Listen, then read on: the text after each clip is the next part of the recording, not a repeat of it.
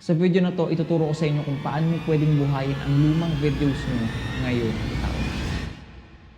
So welcome sa Rod TV. Sa video nga na ito, ituturo ko sa inyo kung paano mag-grow sa YouTube this 2026 to 2027 using vidIQ. And this is part 4. Let's say nag-upload ka na ng video mo tapos, alam mo yun, tumagal na to sa YouTube, tulog lang yung performance or hindi tumataas yung views. Alam mo yun, parang walang impact. At try natin solusyonan yan using vidIQ. Dahil mag-optimize nga po tayo ng mga YouTube videos natin sa ating YouTube Studio. So ayan, nandito na nga po tayo sa YouTube Studio natin kung saan makikita nyo ang kabuuang channel dashboard natin. Pag in-scroll down nyo nga po yan, makikita nyo nga pong meron ditong optimize your latest video. Makikita nyo 95 yung score ng title natin, which is magandang senyales kasi color green. Thumbnail naman 49 lang. Sabihin nito nasa gitna lang or pwede na rin. So pindutin natin tong title. Ayun, mapupunta tayo sa new tab ng vidIQ. Makikita nyo nga dito kahit nga po 95 na yung title natin, may sinuggest pa rin si YouTube na 3 titles na pwede nating pagpilian. Although medyo mababa na lang score nito, pero at least 'di ba, pwede ka pa rin niya bigyan ng mga better title idea na pwede mong pagpilian. Kung sakaling hindi ka satisfied sa mga sinuggest sa yung 3, pwede ka nga pong mag-regenerate kung sakaling meron kang credits. Sa thumbnail naman, ayan, makikita mo dito yung feedback na sharp nga daw at crisp yung image na to, pero there's too much empty space, may visual complexity feels. Basta yan, may mga feedbacks rin dito sa current thumbnail natin. Meron nga rin pong improve button. Kung sakaling meron kang credits, ayan, pwede mo to i-upgrade para mas i-enhance pa nito or mas pagandahin pa yung current thumbnail natin. Yan, meron kong option na quick generate, create with likeness, mag-upload, start from frame, or i-describe lang yung thumbnail idea na meron ka. Punta tayo sa SEO. Same lang rin naman. Pagpunta ka dito sa mga tags, ayan, makita nyo yung mga score. Although meron din mga suggestion dito na pwede nating piliin or pwede nating i-add, no? Para mas tumaas pa yung score natin sa SEO. For example, itong YouTube earnings, pa-plus natin yan. At itong channel growth. Ayan, kung wala ka naman gustong baguhin sa description mo, iwan mo na lang yan dyan or pwede ka rin magpa-refine. Meron ditong regenerate kung meron ka nga pong credits. Sa review naman, makikita nyo dito yung pinaka-feedback, no, ng AI ng vidIQ sa kabuuang video mo. Ayan, may mga pula. Pwede nyong basahin, no, para magkaroon kayo ng idea kung ano nga ba yung kailangan nyo pang i-improve. Pero ako di ko nababasahin kasi medyo mahaba to. Basta ayan, pwede nyong i-adjust na lang yung video.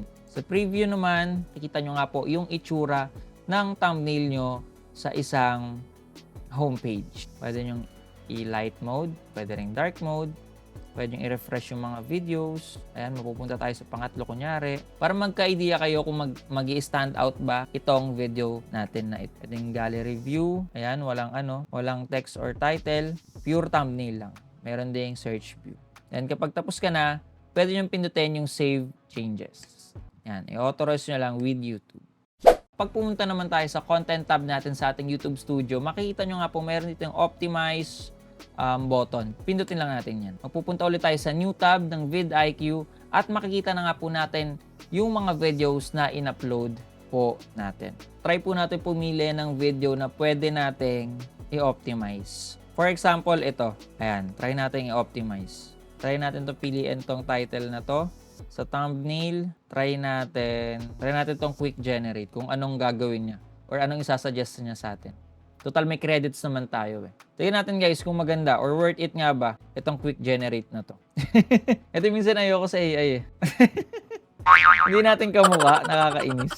Parang creepy natin dito. Pero yun, para alam ka-idea kayo, pwede nyo pang i-describe nga dito yung mga thumbnail idea na gusto nyong mangyari, no? Or gumawa kayo ng mas magandang prompt para mas magets ng AI ng vidIQ.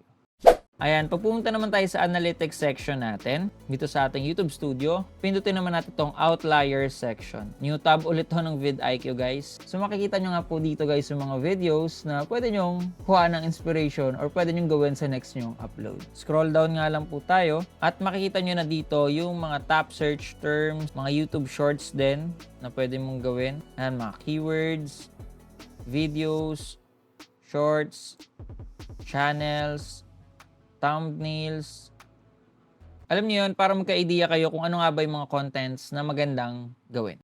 Dito nga po sa community tab section natin, meron nga rin pong subscribers, pindutin nyo lang po yan. At makikita nyo nga po dito yung mga top videos na pinapanood ng mga audience natin, top channels din na pinapanood nila, at yung best time to post. Pwede natin gawing advantage kung sakaling may upload tayo. For example, ngayong Friday na nagsushoot ako, ang best time daw ay 6 p.m. to 9 p.m. And para rin ka-idea kayo, and Monday, Tuesday, Wednesday, up to Sunday, makikita nyo dito yung mga volume na maraming online na audience mo. So makita nyo nga po dito yung mga channels na nakasubscribe din yung mga audience mo. So total lang dito na rin si DJ Ma, tsaka si Ate Jem Rodriguez, tsaka yan si Kuya Darwin Flores. Ayan, mga magagaling yan na content creator ngayon na nagtuturo din ng mga bagay-bagay about sa YouTube. So yan, shoutout sa kanila.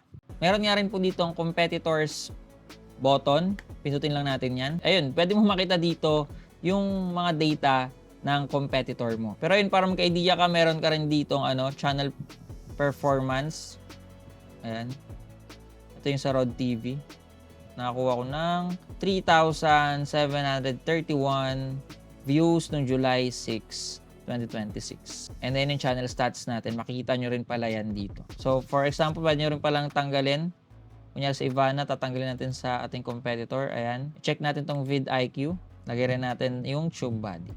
Tsaka YouTube creators. So, ayan. Makikita nyo na dito yung mga channel stats nila. Ayan. Pag ipag-compare nyo yung mga performance nyo, nandito na yan. So, dito na yung mga videos nila this week na may matataas na views or nakakuha ng mga magagandang views. So, itong sa vidIQ, 2 days ago, nakakuha ng 23K. TubeBuddy, 2 days ago nakakuha na ng 2,754 na views. So sa section na to, pwede mo ipag-compare yung channel mo at yung mga channels pa na related sa topic mo or sa niche mo. So yun, if ever na interested ka mag-try ng vidIQ, just go to vidiq.com/rodtv. Gamitin nyo guys yung link ko or ilalagay ko rin po yan sa description box natin. And if sakaling gagamit kayo ng link ko guys at magre-register kayo at mag-a-avail kayo ng plan, meron akong makukuha commission. So sobrang thank you kung sakaling mag-a-avail kayo. Pero if gusto nyo lang ng free version, wala rin namang problema. Sa next video naman, ituturo ko sa inyo kung paano gamitin ang vidIQ habang mag-a-upload ka pa lang ng video. So, i-optimize natin yung paggawa mo ng title, thumbnail, description, tags, lahat. Para pag in-upload mo, ibig sabihin, magiging sobrang effective ito dahil na-maximize nga po natin ang mga pwede nating gawin habang nag-upload ng video. Malaking tulong yon para mabilis ma-discover yung mga videos. Again, thanks for watching. This is Rod TV and peace out.